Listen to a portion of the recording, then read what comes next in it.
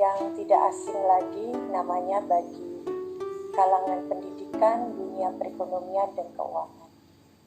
Terima kasih atas kesediaannya untuk menjadi pembicara pada webinar Indonesia Banking School pagi ini. Selamat datang Bapak dan Ibu, para senior kami yang kami muliakan. Bapak Adrianus Moy, telah hadir juga Bapak Sudrajat Jiwandono. Rencananya juga akan bergabung Ibu Mari Pangestu dari Washington DC, dan rencananya akan bergabung juga Ibu Armida Ali Syahbana dari Bangkok. Selamat datang Bapak Mustafa Abi Bakar.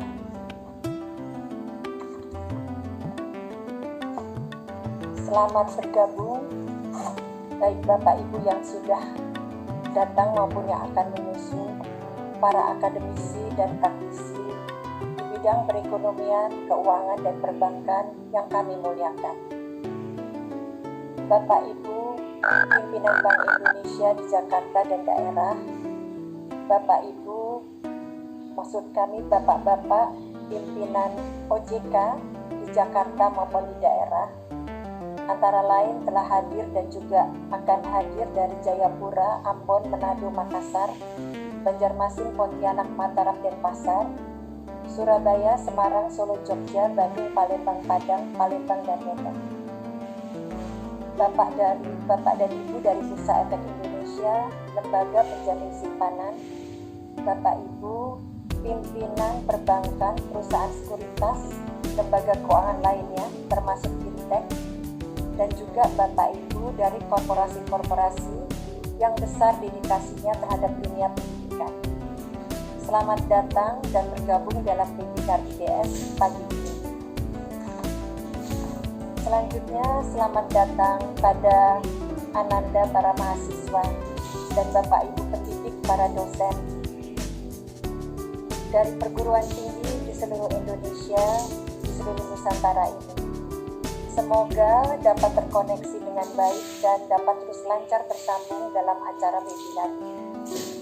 Dan tentu saja selamat pagi juga kepada Sivitas Akademika Indonesia Banking School yang mengikuti acara ini. Bapak Ibu serta Ananda para mahasiswa sekalian, berkat perkembangan teknologi digital serta berkat keterbatasan yang diakibatkan oleh pandemi COVID-19, kita dapat berkumpul untuk berbagi pengetahuan yang hampir tidak mungkin dilakukan bila kita lakukan secara tatap muka, karena peserta datang dari segala penjuru di daerah di Indonesia, bahkan dari luar negeri. Terakhir dengan keputusan bersama 4 menteri, Mendikbud, Menteri Agama, Menteri Kesehatan, dan Mendagri, tanggal 15 Juni 2020, pembelajaran di perguruan tinggi wajib dilaksanakan secara daring sampai dengan akhir Desember 2020. Bapak Ibu dan Ananda sekalian, dunia pendidikan, khususnya perguruan tinggi, sedang menyesuaikan kurikulumnya dengan konsep pembelajaran merdeka agar lebih didasarkan pada soft skill dan pengembangan karakter siswa. Pendidikan perlu memperhatikan link and match, yaitu kesesuaian antara pendidikan dan kebutuhan dunia kerja. Tetapi pendidikan juga perlu mampu menjadikan anak didiknya memilih kemandirian sosial dan kemampuan peningkatan kualitas diri. Kaya gagasan akademis, dapat berpikir kritis dan reflektif terhadap problema sosial yang dihadapi bangsa Indonesia yang kian kompleks. Oleh karena itu, kegiatan menghadirkan tokoh atau ahli untuk berbagi refleksi atau analisis terhadap persoalan terkini yang dilakukan secara berkala adalah upaya bagi dunia pendidikan dan perguruan tinggi terhadap updating permasalahan terkini yang dapat menjadi bahan masukan bagi pembelajaran, penelitian, dan pengabdian masyarakat. Adalah sangat relevan bila tema yang dipilih saat ini adalah dampak COVID-19 terhadap kondisi perekonomian dan stabilitas keuangan Indonesia. Bapak, Ibu, dan Ananda sekalian, selamat berwebinar. Demikian, terima kasih atas kehadiran dan kesediaan waktunya. Wassalamualaikum warahmatullahi wabarakatuh. Dan saya untuk menjadi moderator.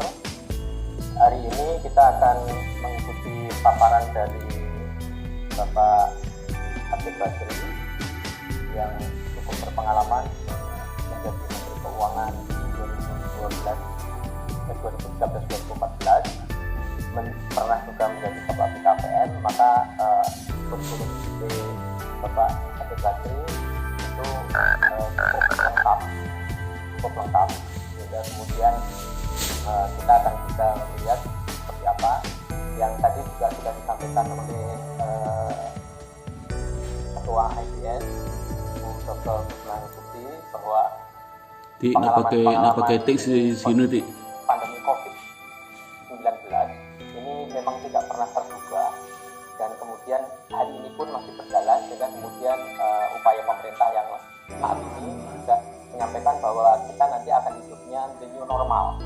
Maka kita akan mendengarkan beberapa hal paparan dari Bapak Dr. Habib Basri mengenai kondisi hal-hal ini yang kira-kira nantinya akan bisa kita ikuti, dan sesuai dengan apa yang tadi disampaikan oleh moderator, oleh MC, bahwa apabila di antara para partisipan ada yang ingin bertanya, maka silahkan di bagian bawah itu Q&A, sehingga kemudian nanti akan saya ikuti seperti apa Q&A-nya, dan kalau misalnya beberapa persoalan atau permasalahan itu relatif berdekatan urusannya, itu nanti akan terlangsungkan menjadi satu, dan kemudian kalau ada beberapa pertanyaan yang memang kemudian membutuhkan sesuatu hal pandangan seperti apa, nanti akan juga saya sampaikan kepada Bapak Dr. Habib Basri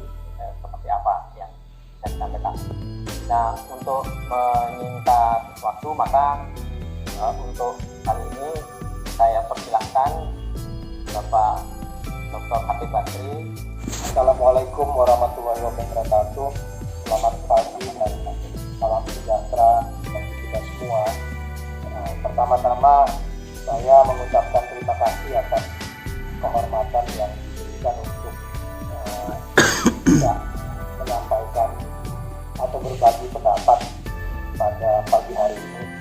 Saya tidak berani menyebut lecture karena di sini ada dosen saya in the real sense, namanya Pak Sudrejo Jiwandono. Saya mengambil kelas pengantar mikro dan pengantar makro dari beliau semester 1 dan semester 2.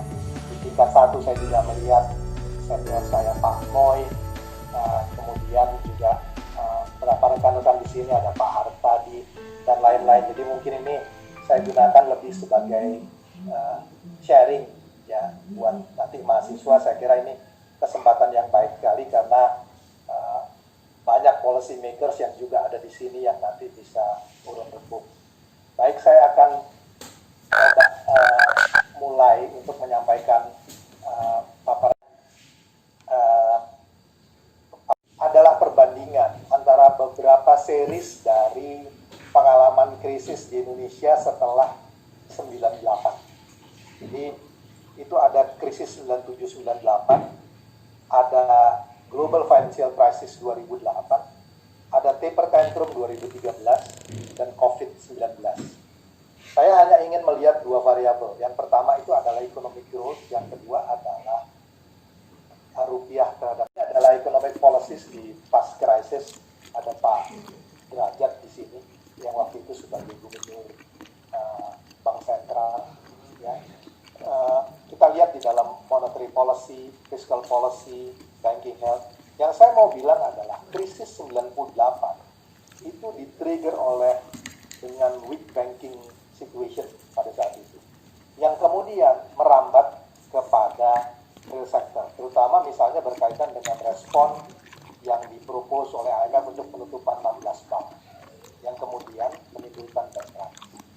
Kalau kita lihat di 2008 atau taper tantrum, kondisi perbankannya itu jauh sangat berbeda dengan apa yang terjadi di 98. Banking sektornya itu jauh lebih sehat dibandingkan dengan 98 karena reform yang dilakukan di dalam perbankan setelah Asian Financial Crisis. Kita bisa lihat misalnya di sini LDR-nya itu lebih dari 100%, non-performing loan-nya sekitar 27%, tapi kalau kita lihat 2008, 2013, itu NPL-nya di bawah 4%. Ya, jadi pada waktu 2013 misalnya, ketika Bank Indonesia merespons dengan menaikkan bunga, impact-nya itu tidak terlalu signifikan pada real sector yang mengakibatkan kolaps di perbankan, karena banking sektornya relatively healthy. Tetapi tight monetary policy di 98, ketika NPL-nya itu relatif sangat tinggi, itu yang kemudian menimbulkan bad debt. Ya. Juga yang paling penting adalah 98, kita belum adopt flexible exchange rate. Jadi ketika di abandon, itu orang tidak ready, banyak yang tidak match. Tetapi kalau kita lihat 2008 dengan 2013, karena exchange rate-nya sudah menjalankan yang namanya flexible exchange rate, ini berbeda dengan 98, berbeda dengan 2008, 2013. Dia di-trigger by pandemic. Pengalaman kita mengenai krisis ekonomi yang di-trigger oleh pandemi itu mungkin terjadi lebih dari 100 tahun lalu. Ketika Spanish flu terjadi tahun 1918. Ya. Masalahnya adalah sulit sekali untuk membandingkan apa yang terjadi saat ini dengan Spanish flu karena struktur teknologi dan ekonomi dunia berbeda. Saya bisa membayangkan bahwa mungkin dari segi jumlah, mudah-mudahan saya benar, dari segi jumlah korban, mungkin harapannya ya, COVID-19 ini akan lebih kecil dibandingkan dengan Spanish flu, yang korbannya itu bisa mencapai 50 juta orang meninggal. Dan yang terkena itu sekitar ratusan juta. Kenapa? Karena waktu itu teknologi dari kesehatan tidak sebaik sekarang. Jadi mudah-mudahan ini bisa vaksinnya lebih cepat, kita lihatlah perkembangan. Tapi ada yang lebih membuat situasi sekarang lebih berat. Ekonomi dunia itu lebih terintegrasi sekarang dibandingkan dengan 1918. Jadi kalau dulu terjadi dampak pandemik kepada ekonominya tidak terintegrasi, maka sifatnya itu banyak ekonomi yang relatively insulated. Walaupun tentu dampaknya terjadi juga. Tetapi dalam situasi sekarang, interdependent itu begitu kuat. Jadi ketika Wuhan itu kena, hampir seluruh dunia itu mengalami persoalan. Maka kita tidak bisa membuat kebijakannya sebagai traditional pump priming. Nanti saya akan jelaskan mengenai itu. Situasi diperburuk lagi dengan untuk mengatasi pandemik, epidemiologis itu menganjurkan bahwa yang harus dilakukan itu adalah yang namanya lockdown, partial lockdown atau dikenal di Indonesia sebagai PSBB, social distancing, aktif kepada production dengan consumption. Kenapa? Ini banyak mahasiswa di sini, saya jadi coba bicara dalam bahasa manusia biasa. Saya selalu bilang sama mahasiswa saya, kecenderungan dari ekonom adalah dia suka berbicara dalam bahasa yang tidak dimengerti orang. Dan semakin orang tidak mengerti, semakin baik dia sebagai ekonom. Jadi karena ini banyak mahasiswa di sini, saya akan mencoba menjadi seorang ekonom yang buruk untuk berbicara dalam bahasa manusia biasa. Esensi dari kegiatan ekonomi itu adalah pasar. Per definisi, pasar itu adalah tempat di mana orang bertemu untuk mempertukarkan barang dan jasa, baik secara fisik atau virtual. Yang terjadi dengan social distancing atau lockdown adalah orang tidak bisa bertemu. Jadi bisa dibayangkan buat mahasiswa sekalian, bagaimana mungkin pasarnya bisa jalan kalau pertemuan fisiknya tidak boleh dilakukan. Karena itu implikasinya adalah pasar yang eksis hanyalah pasar yang virtual. Ini yang menjelaskan kenapa aktivitas ekonomi kemudian berpindah menjadi online. Semua hal sekarang dilakukan secara online, termasuk apa yang kita lakukan pada hari ini. Kalau Bapak dan Ibu jualan, kalau tidak bisa menyediakan online, maka barangnya. Mengapa? Karena begini, berbeda dengan krisis 98, 2008 atau 2013. itu bisnis terkena atau orang kemudian terkena dampak negatif dari krisis dan kemudian diberikan perlindungan. Apa yang terjadi dengan COVID-19 sebetulnya 19? Ekonomi sebetulnya berjalan baik, tetapi pemerintah di banyak negara di dunia meminta supaya aktivitas ekonomi dihentikan, orang tinggal di rumah.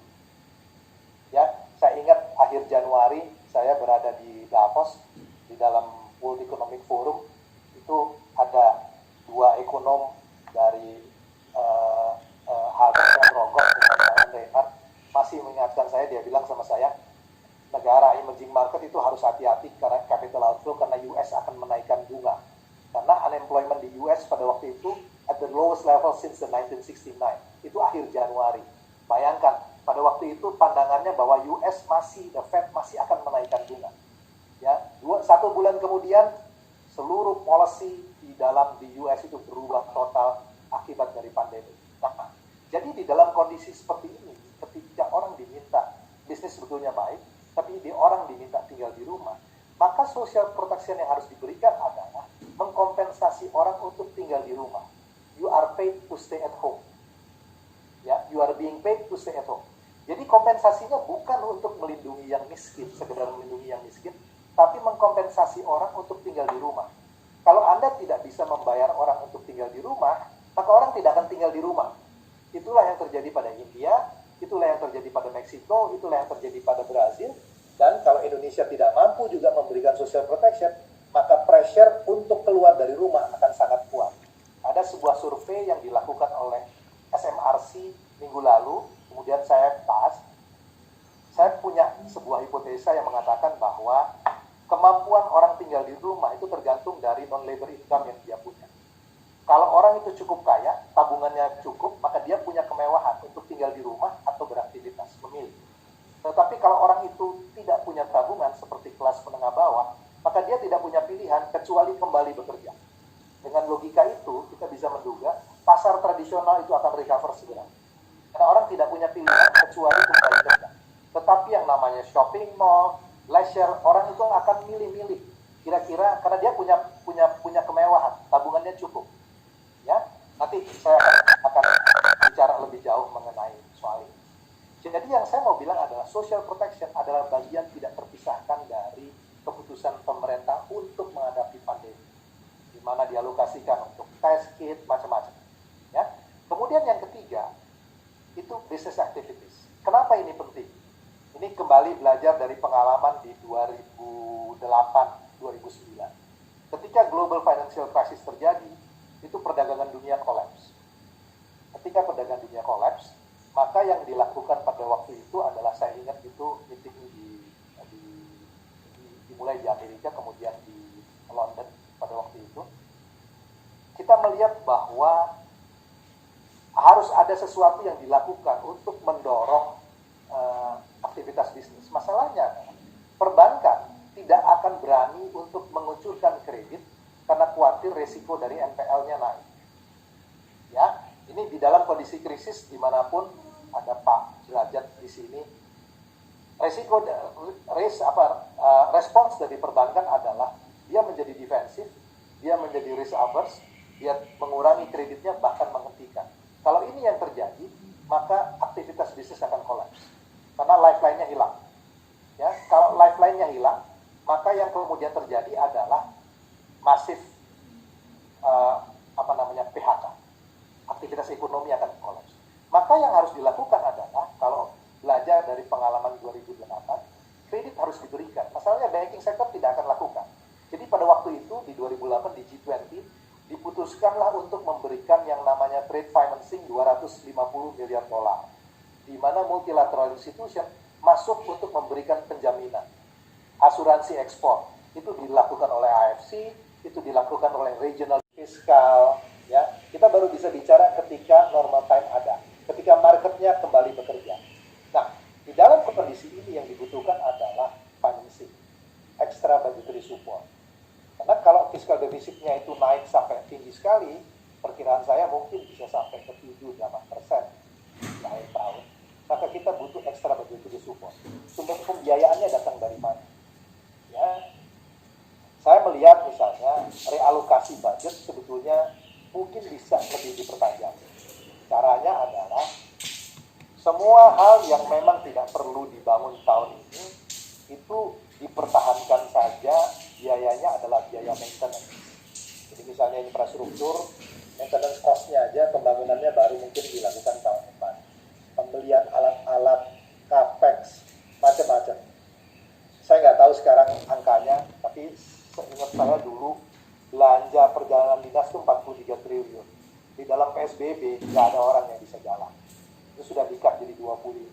Pertanyaannya, apakah kita perlu belanja perjalanan dinas sebanyak itu? Saya yakin Bu Sri Mulyani sekarang sudah cut. Jadi batu bara mengalami penurunan. Kemudian palm oil juga mengalami penurunan. Kenapa saya fokus 2 komoditi? 40% dari ekspor Indonesia ke Cina itu adalah batu bara dan kelapa sawit. Dan kemudian berbeda dengan negara lain, sumber penerimaan pajak kita di negara lain itu adalah individual income tax. Jadi orang basisnya gaji. Walaupun krisis, unlikely gaji itu akan turun. Sehingga penerimaan negara more or less itu ya turun sedikit tapi dia stable. Tetapi di kita 90% atau lebih, sekitar mungkin 80% dari sumber penerimaan negara itu datangnya dari corporate tax. Dan kalau kita bicara mengenai corporate tax, itu oil collapse, maka penerimaan negara juga collapse. Nah, coba lihat apa yang terjadi dengan manufacturing PMI di US. Semuanya collapse, kemudian agak rebound di sini setelah new normalnya dilakukan. Service juga sama. Retail sales drop.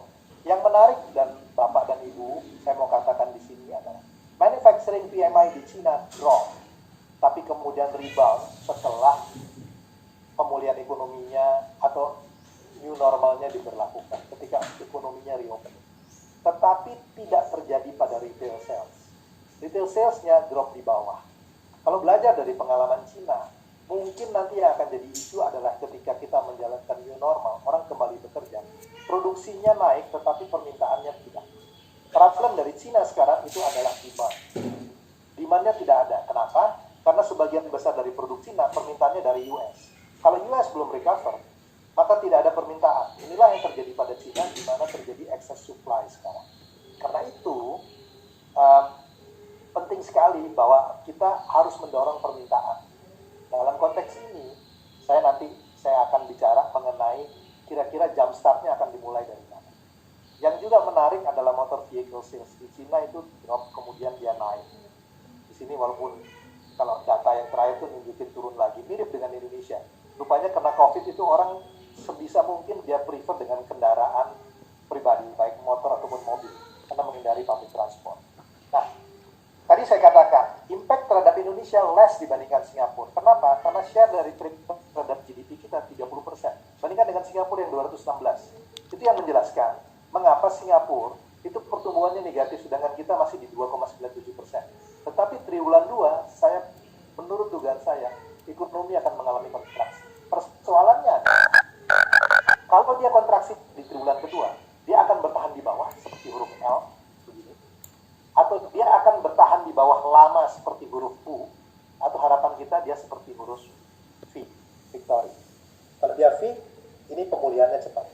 Tapi kalau yang lain, kita mesti agak cukup sabar. Nah, saya akan melihat di sini. Coba kita lihat dari trendnya. Kita tahu bahwa ekonomi Januari tidak ada efek COVID.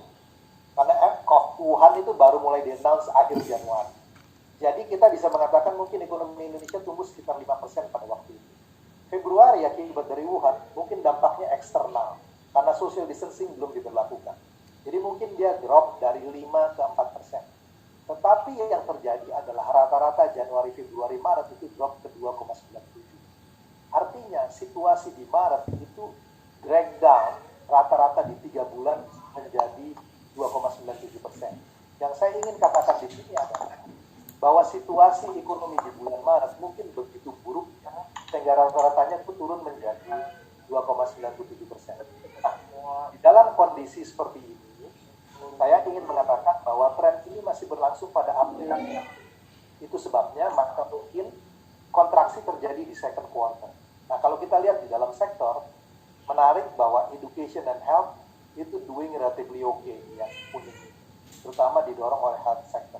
Jadi memang ada sektor-sektor yang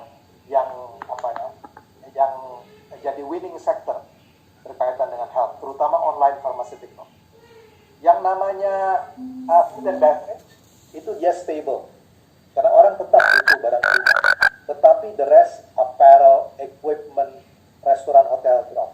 Kalau lihat dari sektor, lihat information dan communication, ini yang kita lakukan, beli data dengan sekarang dengan Zoom dan macam-macam. Dia naik di sini. Tetapi construction, the rest semuanya collapse. Ya, nah, saya akan cepat aja di sini. Ya. Saya akan masuk kepada apa yang terjadi pada daya beli. Ini wages dibikin Januari 2015 sebagai indeks sama dengan 100. Kita bisa lihat di sini bagaimana farmers term of trade-nya. Housekeeper di sini mulai mengalami penurunan. Farmer mulai mengalami penurunan. Construction mulai mengalami penurunan. Jadi isunya ada di daya beli di sini. Ya, ini konsisten semua dengan Bank Indonesia expected business activities dan macam-macam. Nah, apa yang terjadi pada financial sector? Kita tahu di dalam komposisi dalam budget financing kita itu 25% adalah global bond, 75%. Masalahnya 40% yang beli local currency bond itu adalah foreign holders. Jadi kalau 40 dikalikan 75 mungkin sekitar 35%. Jadi lebih dari 50% orang yang pegang bond kita itu adalah foreigners. Di dalam kondisi krisis ada dua barang yang dianggap sebagai safe haven. Yang pertama adalah US T-bills, yang kedua adalah emas. Ini yang menjelaskan kenapa harga dari US T-bills itu naik signifikan, begitu juga dengan gold. Tercermin dari yield-nya yang mengalami penurunan. Ya, ketika yield-nya mengalami penurunan, yang terjadi adalah flight to quality, capital outflow dari emerging market. Ini yang menjelaskan kenapa rupiah kita itu kolaps dari 13.500 pada waktu itu sampai hampir mendekati 17.000. Ya, tetapi menurut saya itu overshoot. Ya, terjadi pressure di exchange rate, stock market, dan bond market dan segala macam. Untuk merespon situasi di Amerika, maka The Fed itu melakukan yang namanya quantitative easing. Ada sebuah diskusi yang saya kira mungkin agak mislead di sini. Orang menganggap bahwa quantitative easing itu adalah helikopter money. Sebetulnya ini sangat berbeda, ya, antara QE dengan helikopter money. Ya, ada diskusi panjang yang disampaikan oleh Blanchard bahwa persoalannya itu sebetulnya ada di dalam balance sheet di mana uangnya tidak diberikan secara langsung. Tetapi dampak dari Fed melakukan cut interest rate dengan quantitative easing, apa yang terjadi pada saat ini adalah terjadi arus modal keluar dari Amerika. Dan ini mengingatkan saya apa yang terjadi pada 2013 lalu ketika QE dilakukan di US akibat 2009. Outflow itu mulai terjadi dari 2009, 2010 sampai 2013, sampai satu hari terjadi normalisasi dari kebijakan lagi, di mana akibat dari normalisasi kebijakan kemudian rupiahnya itu kembali tertekan. Kita mesti antisipasi di dalam beberapa tahun ke depan ketika normalisasi dilakukan oleh Fed, maka itu akan ada pressure lagi pada capital outflow. Ya. Nah, kita lihat di dalam banking sector sekarang. Loan to deposit ratio-nya saya katakan itu mengalami penurunan. Liquidity di banyak bank secara umum itu ample. Thanks to the reform perbankan yang dilakukan setelah 98, most of the banks itu well capitalized. Kalau dilihat dari CAR-nya segala macam. Tetapi saya ingin mengatakan bahwa persoalan kita nanti mungkin munculnya bukan sekarang di perbankan, tetapi munculnya di 2021. Mengapa? Karena terima kasih kepada OJK yang sudah melakukan relaksasi kredit. Sekarang itu kreditnya di restructure sampai dengan 31 Maret 2021 kalau saya nggak salah. Ya. Setelah Maret 2021, pada saat itulah baru kita tahu apakah kredit yang di restructure itu macet betulan atau enggak. Pada saat itulah kita akan tahu NPL yang sebenarnya. Pada saat itulah profitability dari banking akan jadi isu. Pada saat itulah liquidity akan jadi problem. Pada saat ini sebenarnya isunya itu adalah kredit crunch. Tapi dia akan mulai menjadi isu liquidity problem mungkin setelah Maret 2021. Jadi yang harus kita antisipasi sebetulnya di dalam financial stability itu adalah tahun depan. Ya, sekarang memang tentu ada pressure, tetapi pressure di tahun depan akan jauh lebih berat. Di dalam konteks ini, maka pertanyaannya adalah, apakah recovery-nya itu bisa terjadi sebelum Maret 2021. Apa yang kita bisa lihat? Ini yang saya akan coba bahas. Ini saya cepat aja lihat dari loan growth-nya, semua mengalami penurunan. Loan to deposit ratio saya katakan mengalami penurunan di baik buku 1, buku 2, buku 3, dan buku 4. Nah, saya akan masuk sekarang. Kalau kita lihat kondisi ini, pertanyaannya adalah global outlook dan Indonesian recovery-nya seperti apa? Kan ada dua sumber. Nah, pertanyaannya adalah mungkin nggak pemulihan ekonomi akan didorong oleh eksternal? Laporan OECD yang baru dirilis saya kira 2 minggu lalu itu mengatakan bahwa kita tidak akan kembali pada 2019 level sampai 2 tahun. Jadi artinya kita tidak bisa berharap bahwa sektor eksternal itu akan menjadi lokomotif pemulihan ekonomi. Most countries dibilang akan recover 2021, tetapi walaupun dia disebut sebagai 5%, tetapi jangan lupa bahwa Jerome Powell mengatakan ekonomi Amerika belum akan pulih sampai vaksin itu ditemukan. Ya, Indonesia ketika global ekonomi terkena, karena share trade di GDP kita sekitar 30%, lebih kecil dari Singapura yang di atas 200%, kita relatif aman. Tetapi kalau recovery globalnya terjadi, maka kita juga akan tertinggal. Di sisi lain, karena Cina recovery-nya masih lambat, maka coal price, CPO price, commodity price belum akan naik. Sehingga ekspor kita akan sulit. Yang saya mau bilang adalah, mungkin kita tidak akan ekspor, maka pilihannya adalah pasar domestik. Pasar domestik hanya akan bisa jalan kalau new normalnya dijalankan. Pertanyaannya adalah, siapa yang akan kembali kerja dengan new normal? Saya katakan bahwa pengangguran di Indonesia itu adalah barang mewah. Hanya orang kaya yang bisa nganggur. Kenapa? Karena kita tidak punya yang namanya unemployment insurance. Non-labor income-nya tidak ada.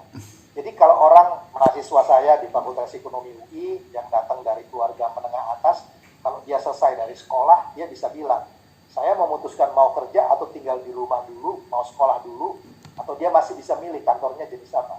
Tetapi mereka yang tidak punya tabungan, they have to work, too poor to be unemployed. Jadi yang saya bisa bayangkan adalah, kalau mereka yang punya tabungan, mereka punya kemewahan untuk memilih stay at home, menghindari wabah, atau dia kembali bekerja. Tetapi mereka yang miskin, tidak ada tabungan, they have to work. Makanya tadi saya katakan pasar tradisional itu immediately akan recover. Tetapi mall will take time. Kasus Cina itu menarik. Passengers dari subway itu penuh pada working days. Di work days-nya dia penuh.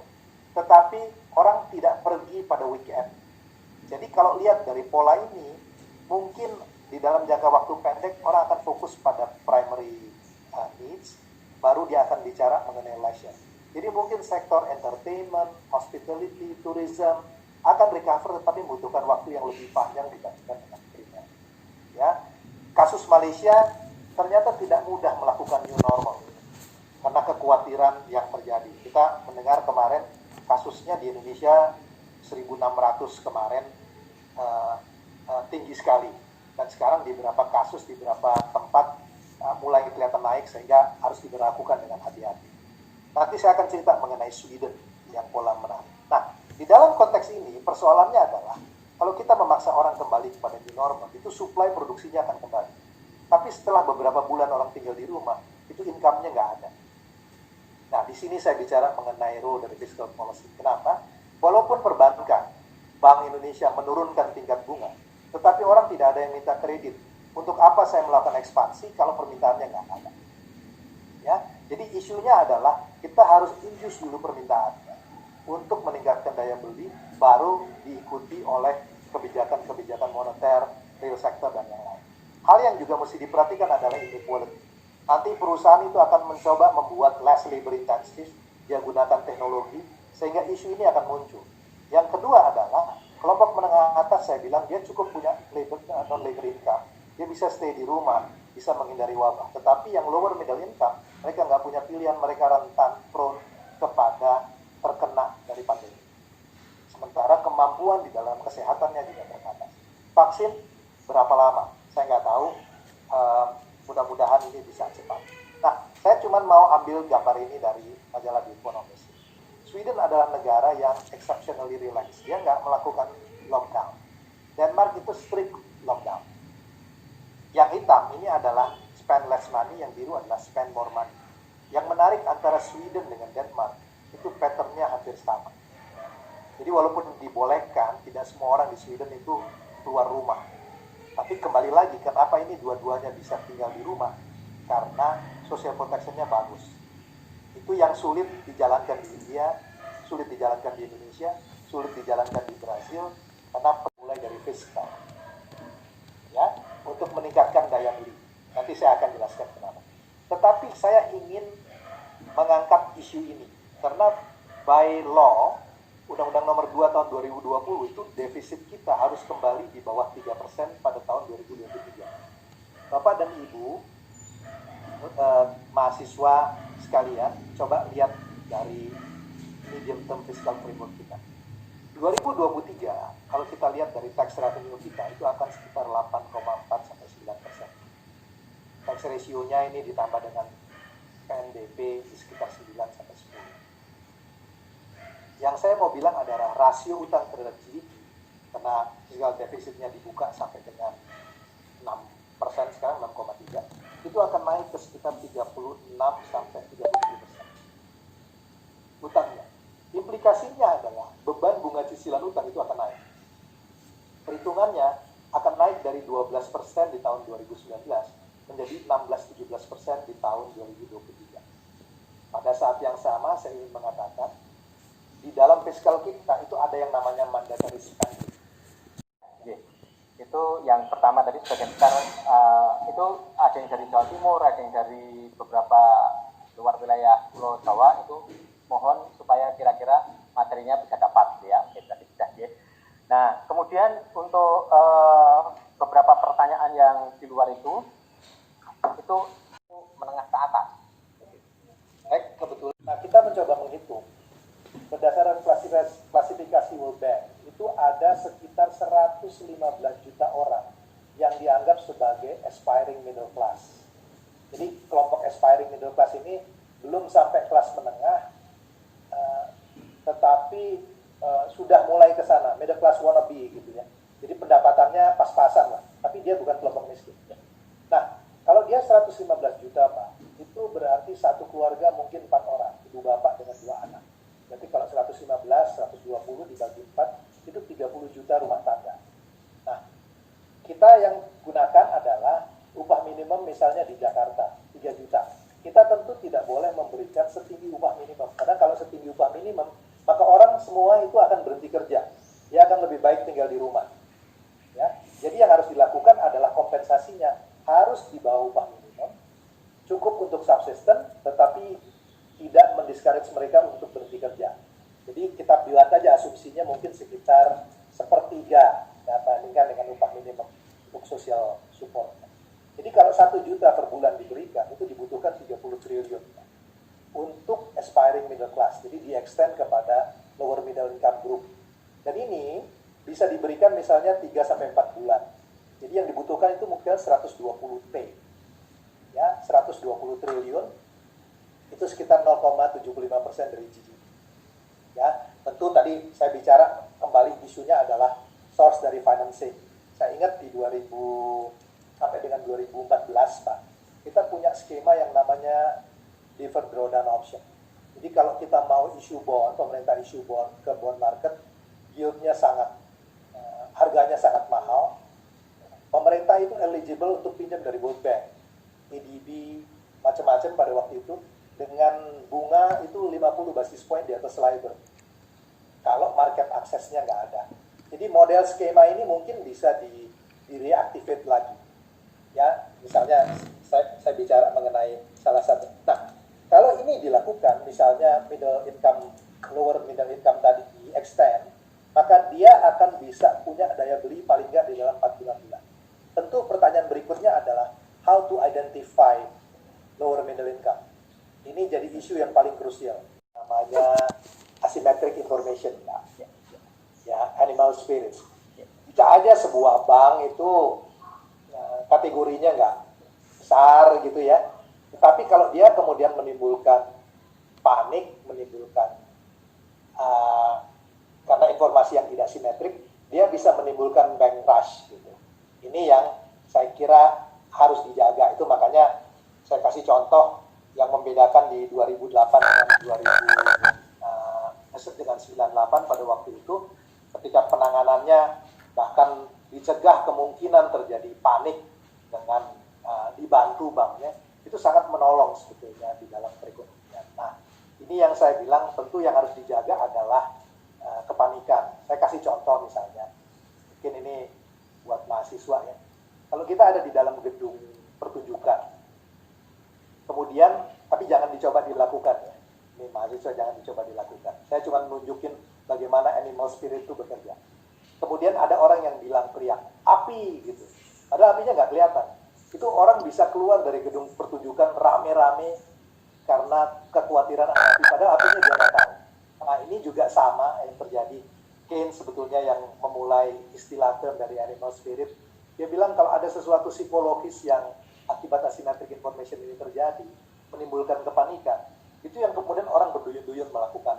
Jadi jawaban saya adalah yang harus dijaga adalah jangan sampai terjadi yang namanya bank runs. Ya, jadi kalau bank itu tidak berdampak sistemik, saya kira ya dampaknya akan limited. Ya, tetapi kalau dia punya dampak sistemik itu yang harus dijaga. Ya, saya lebih baik hati-hati di dalam statement seperti ini karena isu mengenai bank runs itu adalah sesuatu yang memang sangat sensitif, tidak hanya sekarang atau kapanpun juga.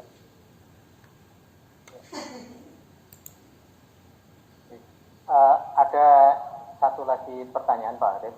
Ini dari Pak Risa Gunawan, menyatakan apabila kemudian mungkin nggak misalnya pemerintah saat ini fokus memperkuat sektor pertanian dan maritim dengan tujuan untuk swasembada agar minimal menghadapi krisis global COVID-19 ini, masyarakat Indonesia tidak kelaparan, berkecukupan kebutuhan pokok, dan memperkuat ketahanan pangan sehingga perut Indonesia kenyang gitu.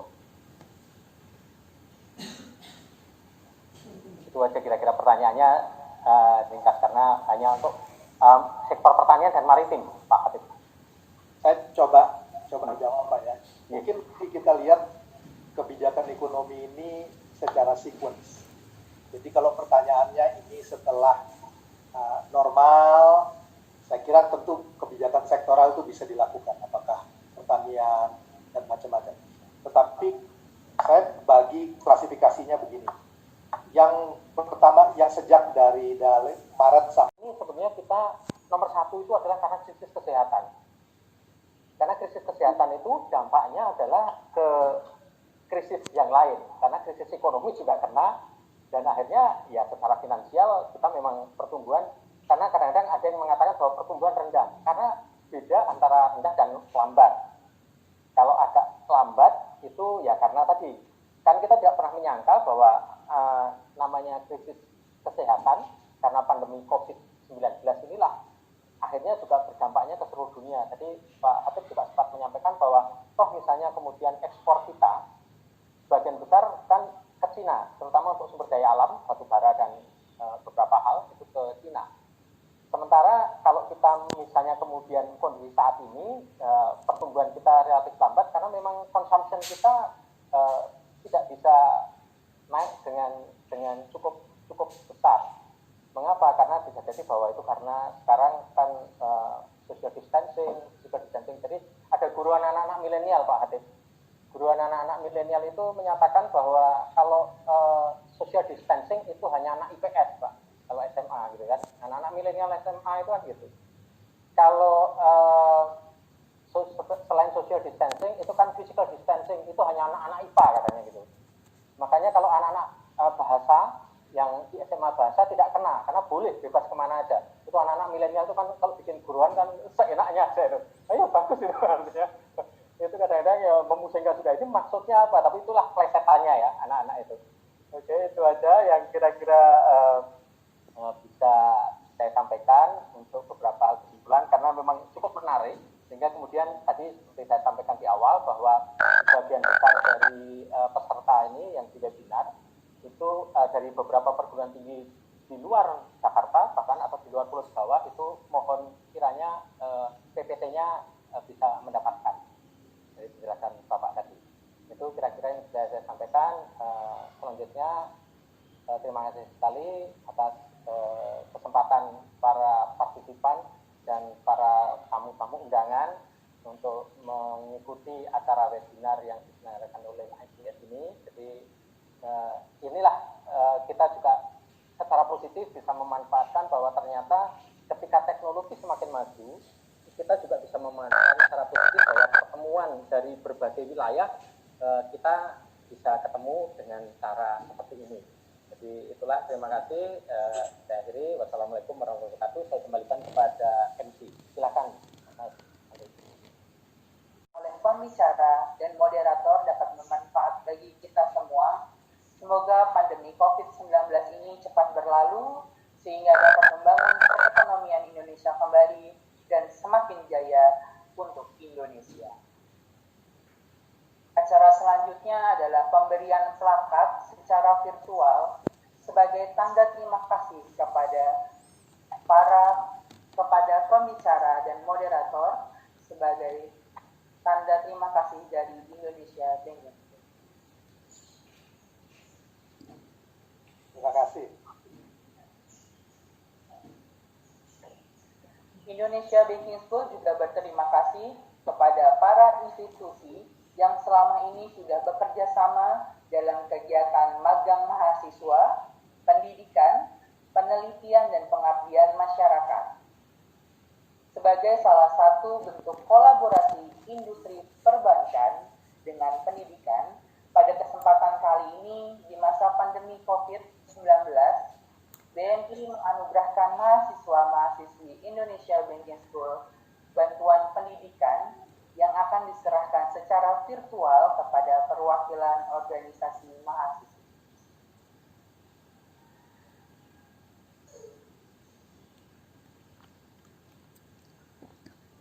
Acara selanjutnya adalah foto bersama bagi para panelis, tamu undangan, dan para partisipan agar menyalakan kameranya. 2, 3. Saya di senyum di belakang. 1, 2. Oke, terima kasih. Terima kasih Bu Tejo. Terima kasih Bu Ditu. Terima kasih Bu Ditu. Halo Pak Ahmad. Terima kasih panitia dan semuanya atas kesempatannya ikut sharing yang menarik.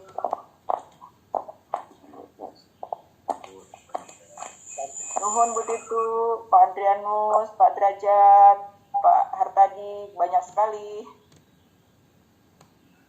Terima kasih. Terima kasih Pak Dede.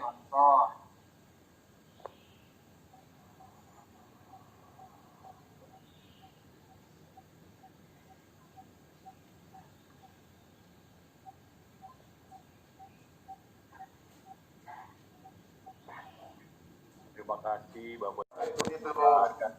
Terima kasih pamit ya begitu. Terima kasih. Terima kasih ya Lana. Sukses ya.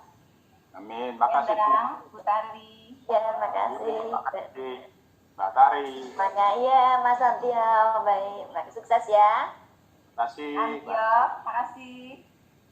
Pak Tari. Ya, Mbak Endang, Dendek Tuti, Bu Titu. Mbak Endang, Mbak makasih. Yati. Aduh, Bendang. sukses. Terima kasih Mas Ando, Pak Antio. Pak Bambang, aduh. Pak Bambang. Pak Bambang, apa Siap. kabar? Ada Bu Wani Sabu ya. Bu Wani. Ya, Pak. Ya. Bu Wani Sabu. Bu Miranda, assalamualaikum. Yo. Apa kabar? Baik, apa kabar? Makasih Bu Miranda. Ya, Sabu kapan webinar ini? iya, boleh. Tinggal ditunggu aja undangannya. Ini apa pajak isu anti money laundering dan Abu PPT ya. Iya. Apa seolah-olah Baik, Mbak dana Tari.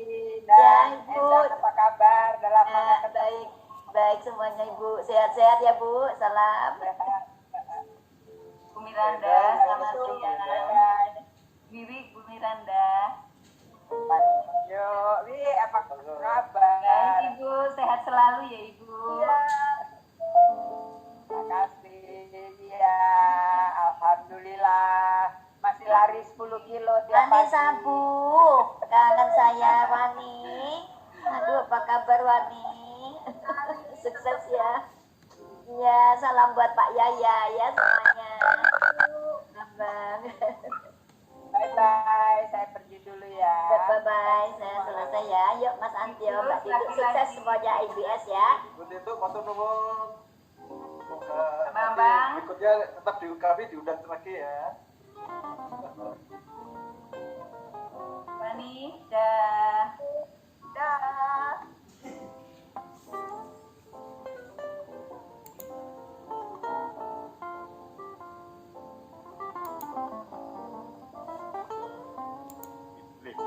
Pak Sparta, Woi, makasih Bu. Pak Sparta, terima kasih Pak. Iya, sama-sama Bu Wiwi. Makasih Bu Wiwi. Dah.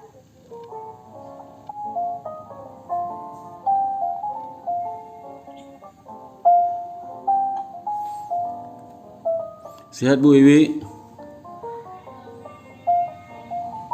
Bu Rita.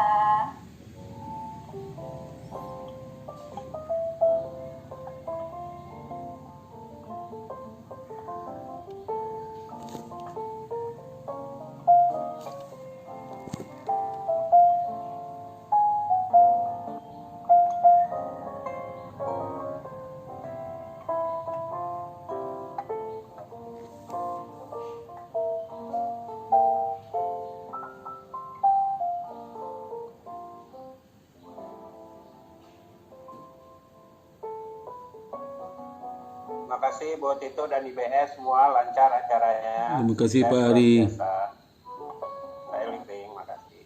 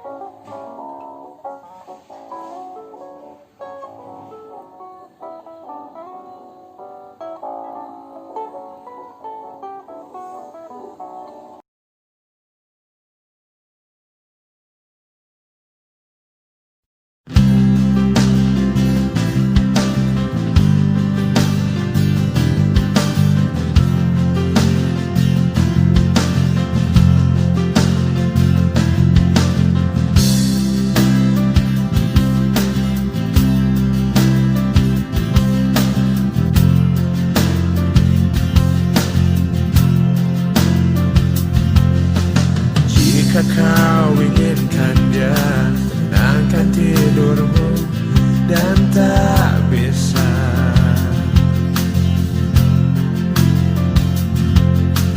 Jika kau inginkan dia, buatmu bahagia dan tak bisa. Kini dia yang melupakanmu hanya bisa buatmu menangis, walau kau belahan jiwanya, seakan kau tak ada